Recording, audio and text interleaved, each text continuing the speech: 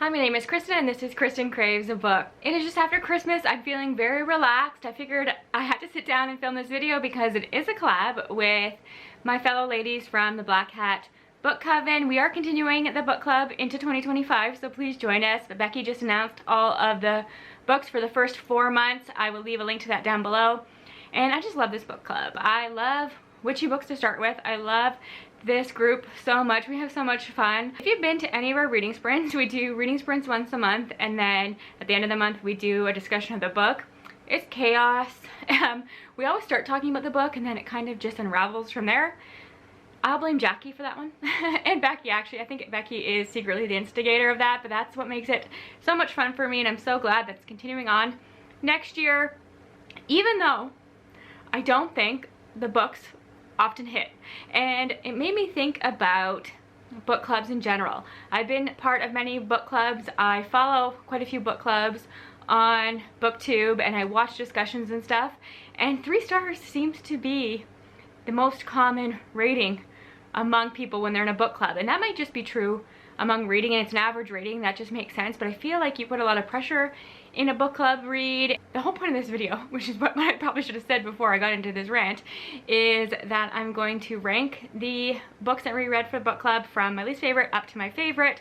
Obviously there were 12 books and there are 4 members of the book club, so we each got to pick 3. So I'm curious to see if the ones that I picked are among the top half, because that would make a lot of sense because I picked them, so obviously I was more interested in them.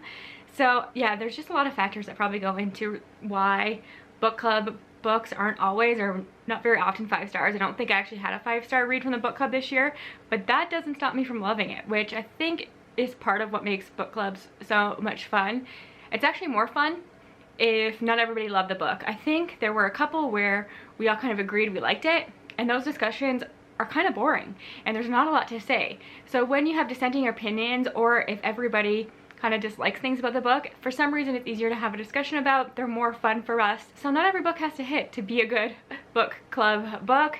So the whole point of this is that we're each going to rank them. You can watch all of our videos. We're posting them all this morning. And then tonight we are having a discussion of the book for December. I'm sure we won't talk about it too long because we're having a few drinks, and then we're going to get together and kind of come to some kind of consensus, or see where we all land, and just have a big chat about all the books we read this year, the book club, and then it'll just dissolve into chaos as it always does, and I'm really looking forward to that. So please join us. You don't have to have read any of the books to enjoy the fun of that one, that is for sure. So we'll start with my least favorite, working up to my favorite, and a lot of this was just gut instinct. Becky sent us just a list of all the books and I looked at them, and it's just how I feel in December about all the books at this point. My least favorite is an obvious one. If you have watched the book club at all, I think all of us are going to have this book listed as our least favorite, which is sad because I know a lot of people actually love this book, and it's Daughter of Blood by Anne Bishop, I believe. And I know that Sarah J Maas was inspired by this series and everything, but I haven't read anything by SJM either, so I can't compare and I can't speak on that, but we did have an interesting discussion about it. I think we all DNF'd it except for Laura, who managed to push through, and she wished she hadn't, but it was good for the book club because she got to spoil all the things she didn't like about it to us. I just got a feeling reading it that it wasn't going to be for me. I had the ick from some of the relationship dynamics early on. I thought that there were too many perspectives. Honestly, I think I was 15% in, 17% in or something, and I really pushed through. There were many days spent trying to read that book on my Kindle during the summer at the beach, and it was just not working for me. But we do get a perspective from like a Satan character, and I wish that we just focused on him because he was kind of a mentor to our ultimate main character, and I liked that relationship and I thought he was interesting, but it was everything else. Everything else was just not sitting right with me, and Laura confirmed that it got worse, and it's a long book series, so I just wasn't ready to invest in it. Yeah, I think that was the only book where only one of us finished it, and we still managed to have a pretty great discussion about it. So I think Becky probably has a playlist of all of the live discussions, so if she does, I will link that if you're curious at all. But definitely my least favorite, and I think that's an easy one. It'll be the general consensus that that was not our favorite book. One that I pushed through to read is Burn the Dark, and this was actually a guest pick from April, from Happily Ever April, and I was so excited because I push through even though I wasn't liking it at all, and then I couldn't make it to live discussion. So then I was so mad because why did I push through? Because I struggled with this one. I'm glad that I had the audiobook, though I don't know that the audiobook was that great. I just didn't like the way that the main character in this one was portrayed. There were like scenes of her in the bathroom. Do I really need to read paragraphs and paragraphs of her going to the bathroom? I don't know, it was weird. It's following like a punk YouTuber, which I thought would be interesting considering I am currently filming a YouTube video, and she's doing this whole thing where she is talking to demons and ghosts, but obviously people online think that it's fake and she's setting it up, but it's all very real, and that could have been so good. And if it leaned into the campiness, which I think it was trying to do, but it just didn't feel authentic to me. It didn't feel campy in a way that I like my horror. It just felt like it was trying to be campy without it just being naturally campy. I can't explain it. You know what I mean. If you've read it, you might understand. April, actually, this was a reread for her, and she didn't like it as much as she remembered liking it, but I think she said it was the second book that was ultimately the one that she loved. So I don't know if that's one I will continue on with. Probably not, but it was such an interesting premise. I think that's the bummer of it all for me, is that I really like the idea of it, just nothing about it really worked, and I'm sad that I managed to push through it, but couldn't even be there for the live chat. The Witch Nar, that was Jackie's pick, and by the way, Dog of the Blood was Becky's pick, and obviously the last one is April's pick, a guest host, and then this one was Jackie's pick. And I thought I would like this one because I do like historical fantasy quite a bit. Like, some of my favorite books of all time are historical fantasy. If you think of like the Winter Night trilogy, and Naomi Novik's, like, what's that one that I like? One of hers I don't like Uprooted, but I like her other one. And there are a lot of books in that genre that feature witches that work for me. So this one should have, but the writing was just not it, and it was so slow. I think that the first half and the second half felt like completely different books. I much preferred the second half. The first half was such a slog.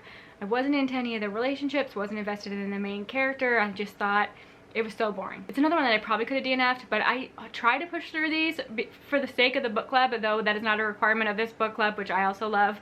But yeah, and I don't think that we had the greatest discussion about it, not that I recall, but that was at the beginning of the year. And it's so funny because Laura hates historical fantasy, apparently. That's what she claims, but a lot of historical books she ends up liking, but this one was definitely a struggle for her. I think she DNF'd it.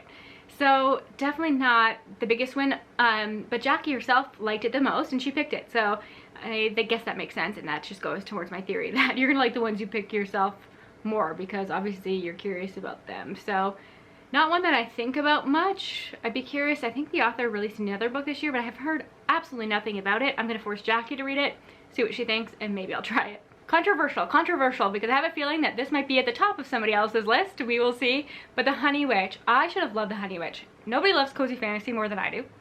I obviously love witches. I love sapphic romances. I love anything that's sweet. It's got honey. I like unique magic systems. The magic system in The Honey Witch was a highlight for me. I think the magic based around honey was really unique and interesting. I just wish I understood it more and we got more level of detail, but it is a cozy fantasy, so I don't expect a huge magic system to be explained to you. I just wish we got a bit more.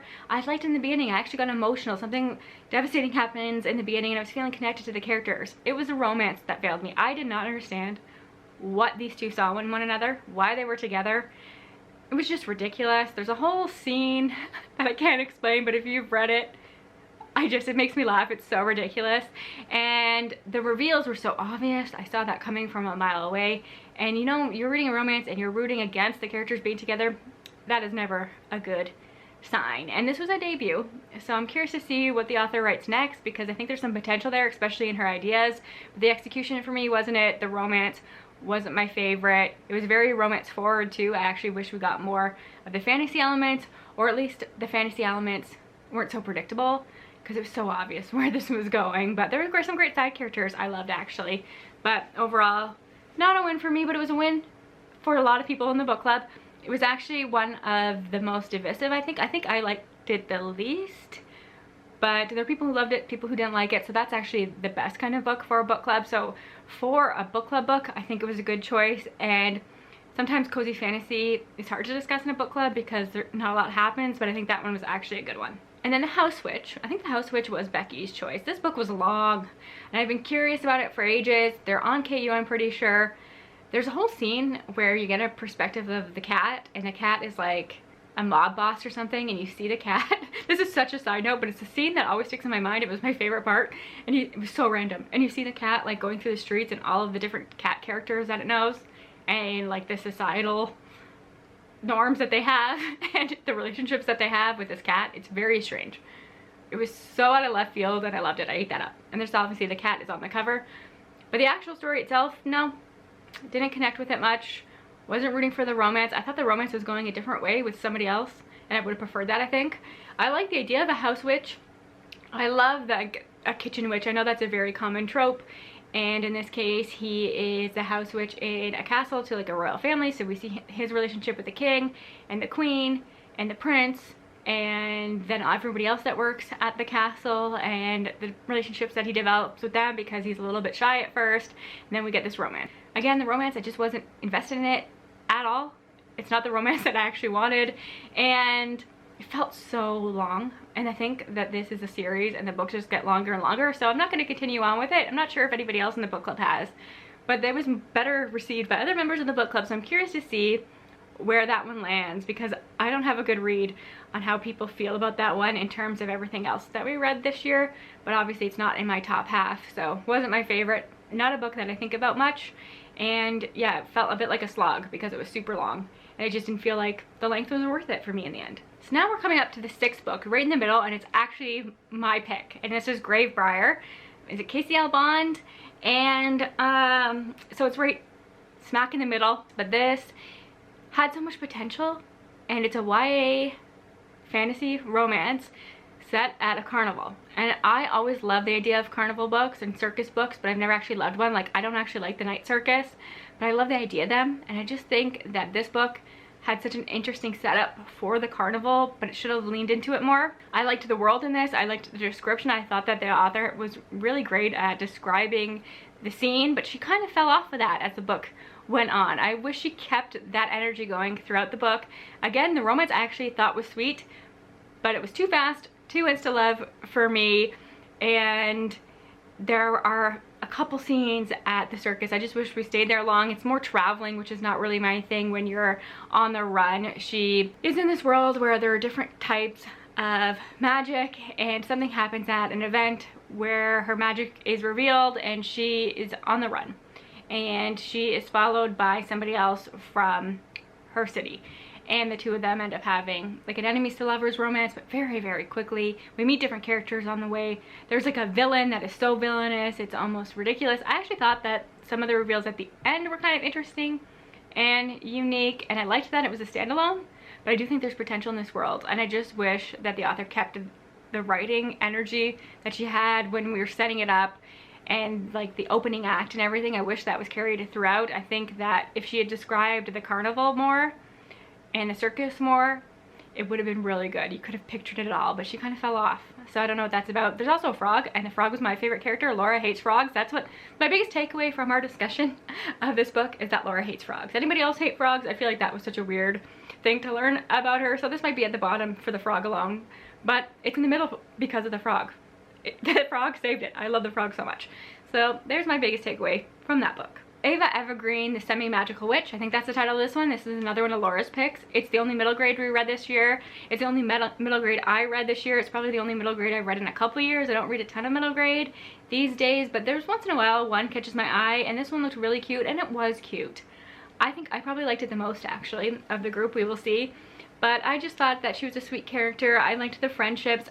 A trope that I have learned that I liked over the years is when the witch isn't great at her powers, so a lot of shenanigans happen, and I think it makes so much sense when you're following like an 11 or 12-year-old witch, and she's trying really hard to make it in society, and she has to go.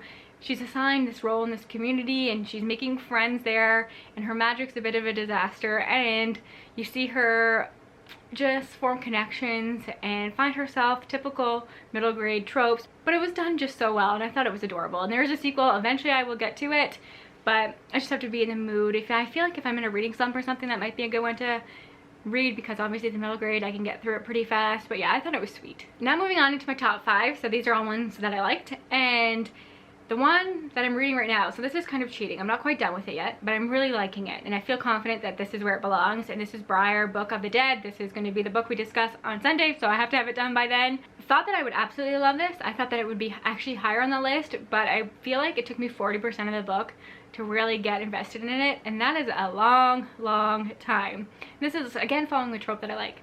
Our main character is in a family of very successful, brilliant witches, and she was born without powers, but obviously that's not always the case here, and she learns through a series of events that she can talk to ghosts. I'll leave it there. I like ghosts, I like witches, I like the dynamic that's happening here. It just, for some reason, the setup took forever, and I was looking at reviews, and that's a very common complaint about this book, is that it does take you a long time to get into it. I know that this author kind of has a universe that they've created, and I'm wondering if reading the other books would have helped at all, but I'm not sure. I'm excited to finish it. I think I'm like 70% of the way through now, so I'm confident I'll have it done by Sunday, and I want to know all of the reveals. But yeah, it was just kind of a slow setup, but I'm really invested in it now. I like our main character. I like a lot of the relationships that are happening in this. Again, I like the family. Anything that's centered around family, especially when we're following witches, hits for me. I really enjoy it. So I like the writing a lot, and I've been meaning to read something from this author for a long, long time. So I'm glad that I'm liking it. Now, another book that I picked, so in 4th place, is Island Witch, and this is a horror, and it gets pretty horrific, but not in a gruesome way, not in a campy horror way that I tend to like. It's more the horror of man, which can be the most horrifying, let's just be honest here. And again, this is a discussion that I had to miss, even though I was hosting it because I got COVID and it was brutal. So I missed a discussion of this, but I did watch it back, and I liked hearing what the other ladies had to say about this book. And it can be very difficult to read at times. There are some heavy themes in this one, but I thought that they were handled well. And of all of the books that we read this year for book club, that's probably the one that's affected me the most, and the one that like weighed heavy on my heart the most. That and another one, but that was actually a reread that is coming up. There are the two that have sat with me because I think they tackle similar themes, heavier themes, difficult topics, which is not always what you're in the mood for, but when it works, it works. And yeah, you stew on them a little bit. So I think Island Witch is that for me, and I know this author has another book that I want to get to at some point. And then my last book that I chose for book club is in 3rd place. So I didn't pick my best book of the year for the book club, but it's in the top 3, and this is The Cottage Around the Corner. And I didn't think this would be my top because it's like a cozy contemporary witchy romance, and I always love those, but they're never going to be your all-time favorites, right? Or at least not mine. But I actually really did like this. Of all of that kind of genre of a book, it's up there as one of my favorites. It's You've Got Mail, witches. That's what it is. It's following these two who have competing spell shop kind of things, and his is a bit more fancy than hers, and yeah, they have an enemies to lovers romance in this small town. It's Gilmore Girls meets You've Got Mail. What's not to love, at least for me. Another thing I learned during this is that Becky hates You've Got Mail. So there you go. Laura hates Swallow Frogs, Becky hates You've Got Mail, and I learned about Jackie's favorite torturing method. So these are the things that I take away from 2024. I don't know what to tell you. And in 2nd place is a book that Laura picked. Actually, I think Laura did pretty well for me this year. I need to like pay more attention to Laura's recommendations because obviously we get each other a little bit. So this one is Wich Burning. In fairness, I had read this before. I read it last year. I had an ALC from Libro FM and was very, very affected by it. And when Laura picked it, I knew it was going to be a heavy one, and seeing the reactions to it during the sprints, I was right. It is a difficult one, and not everybody loved it, and that makes so much sense to me because it's heavy and it can be frustrating. It can be very, very frustrating. Our main character is a YA horror, and she learns that she can raise humans from the dead. So she's doing that to raise money because she is in a situation with her mom where her mom's boyfriend is very abusive, and her mom is not doing anything about it. Her mom is actually financially abusive. I think that's an interesting topic to cover in a YA book. You read a lot about different types of abuse, but I think financial abuse is very, very common, and we don't talk about it a lot. So I thought that was important. And you see her raising these humans from the dead, and they're coming back to life, but not quite as themselves, and she's grappling with that and everything that is going on at home. Then you have a little bit of lightness because she has a really great relationship with her best friend and her best friend's parents, so that is good to have some of that lightness throughout because it's heavy. There's some really graphic scenes, but I thought it was really good. It's one of my favorites from, obviously it's my second favorite from the year that we read for book club. It's one that I was happy to reread, and I will try something more from this author when I'm in the right headspace for it because it is a lot. And then Go Jackie, she actually managed to pick my favorite book for book club this year, and I wasn't sure if it was going to be my favorite, but when I was looking through it, it's the one that I had the most fun reading. I feel like the discussion we had about this book was good. It's kind of my vibe. It is historical fantasy again, which makes sense, that is kind of Jackie's thing, but this one worked way better than The Witch and the Czar. And this is The Weaver and the Witch Queen, which is by the same author as The Witch's Heart, which I haven't read yet, but everybody else in the book club has read and loved. I liked the Viking aspects of this one. I liked that we were following two different women. One is a weaver, one is a witch queen, and we see them as children, the relationships that they develop, the promises that they make to one another. One of our characters has a difficult relationship with her mother, then some events transpire and we follow them being separated, and now many years later they are adults and something really, very tragic happens. It's very difficult to read about, and they are reunited, and we see them both have different romances, and I actually liked both of the romances, can't lie. And we see them having different, very different magic. So we're looking at different kinds of witches, so like a healing magic where you can turn into animals, and we see them come together and make sure that the promises that they made to one another when they were kids come to fruition, and there are people that are trying to stop that from happening. That's how I'll sum it up, but really it's very romance focused. So if you like historical fantasy and you also like romance, I think you can like this one. I think overall this is one most of us liked from what I can recall, and I thought it was really, really good. Of all of the books that we read, obviously it was my favorite. It's the one that I think about the most. I would say it's this one, Island Witch, and Bad Wich Burning are the top three that I think about the most, and are probably the three authors that I would want to explore more of their backlist, and that's always a good thing. So overall, no 5 stars though. No absolute wins that I'm gushing about, but some great new finds, books that I wouldn't have ever picked up on my own, whether that is a good or bad thing, but some great discussions. I have had so much fun with the book club this year. I cannot wait to see what 2025 brings for us, and I can't wait for Sunday's discussion. So today you will see this and join us tonight.